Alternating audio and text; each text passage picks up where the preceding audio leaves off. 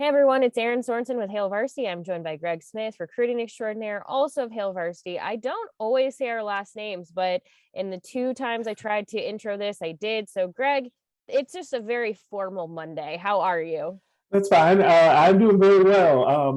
Now that I think about it, every time I intro a video, I say the full name. So I've made them all formal as well. Interesting. So, we're just up in our game around here, but we are back for another recruiting question of the week. And just so everyone knows, spring break is over. We are back into a quote unquote normal routine through spring football until the spring game, which is on April 9th, which is going to be here before we know it. That's kind of wild to me to think about.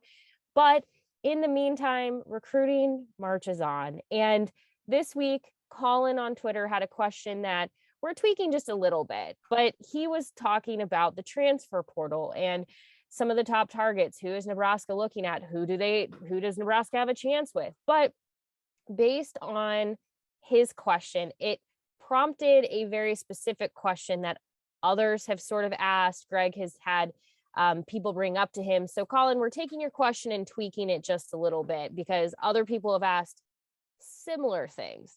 So, Greg, based on Colin's question and other questions we received on YouTube and elsewhere, what is the latest with Nebraska's pursuit of portal pass rushers? So we are just looking at the transfer portal.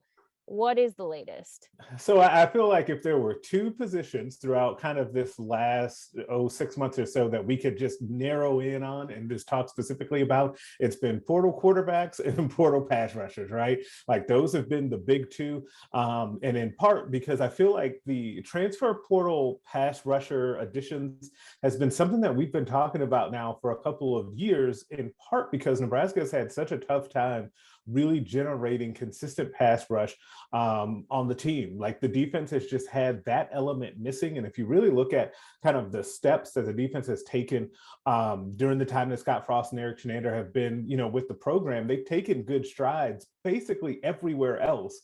But being able to sack the quarterback, right? And that would be something that I think would help the defense tremendously because it would just put a lot more pressure on opposing offenses. So Nebraska in the last few months, or maybe, January, February time, had offered a handful of transfer pass rushers that kind of came onto the scene that were high-level guys. There was Ochai Mathis from TCU. Brian Applewhite obviously has a connection with him being there previously. He has only, to my knowledge, visited Texas so far, and he is uncommitted at this time. But Nebraska had three other players that they had offered. Jordan Dominic, who was a transfer from Georgia Tech, who had 5.5 tackles for loss and 3.5 sacks last season for Georgia Tech. He's off the board. He stayed down south and committed to Arkansas after taking a visit there. There were a pair of twins from North Texas, Grayson and Gabriel Murphy, who had combined for, I think it was 26.5 tackles for loss and 15.5 sacks last season. They decided to leave North Texas. Nebraska offered them quickly, but, oh, by the way, they committed to UCLA.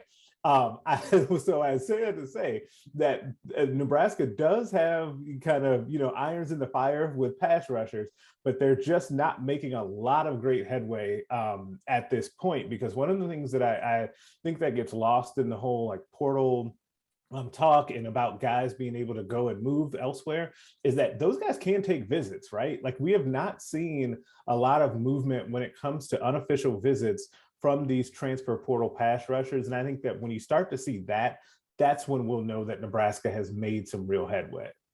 Yeah, the pass rush is definitely something that a lot of people have been asking about when we've been looking at, just through the spring football so far. And there's, with those injuries on the defensive line and just some uncertainty in different areas, that just continues to be one that people bring up over and over. So it makes a lot of sense that when you're looking at the transfer portal, the more help you can get immediately, especially knowing that, yes, most of the injuries are expected back late spring into summer, but at the same time, depth is a concern. And so when you're thinking of like, where should you spend your time and energy with the portal, focusing on a pass rush makes a lot of sense right now, more than anything else. Yeah, except the problem with that is that the pass rush is a lot like quarterback, like we talked about earlier, in another way, which is everyone needs it, right? And so competition is just always so tough for these guys that you're really looking at. There's a couple other kids earlier, but before the February signing day, I forget the one guy's name that went to Florida State that Nebraska really liked a lot. But those guys have a lot of choices when they go into the portal because every team, no matter who you are, will always add more pass rush to the team if you can. Like you said, it's an area that everybody needs, everybody wants to be better in. This is going to be an interesting year for the defense as well. Just thinking about what Chinander and the defense were able to do in 2021. There's 2022 is going to be very different for this defense. It's not that it's going to take a giant step back, but areas that were stronger in 2021 are probably going to see some growing pains into 2022. So it's going to be really interesting to just see how the defense as a whole evolves in 2022, and then to also kind of see how the portal and just traditional recruiting is used to fill gaps, because like I said, 2022 is going to be really interesting for Chinander and this defense and what they're able to do.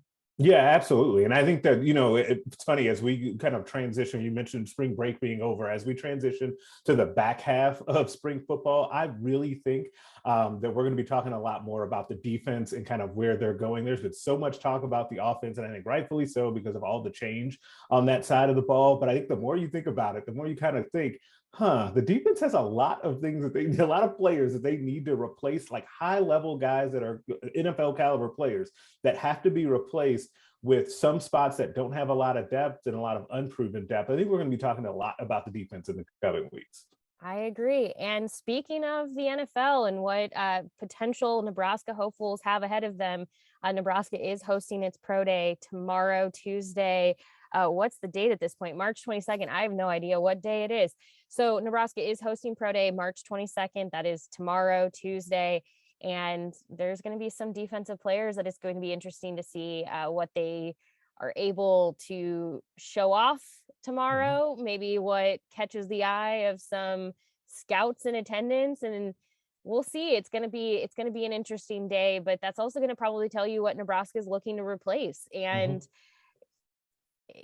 to be determined. But yeah, it's going to be a quick go through the rest of spring. There's not much time left of spring ball, and then it's going to be full steam ahead into summer conditioning, and fall camp will be here before we know it. And don't skip camp season. Camp season it will be here before I know it. Well, look, yes, that's true. From a recruiting perspective, we've got all of the camps. There's going to be a lot to look forward to. I assume fans will be able to be in attendance for maybe an event here or there. So a lot to look forward to.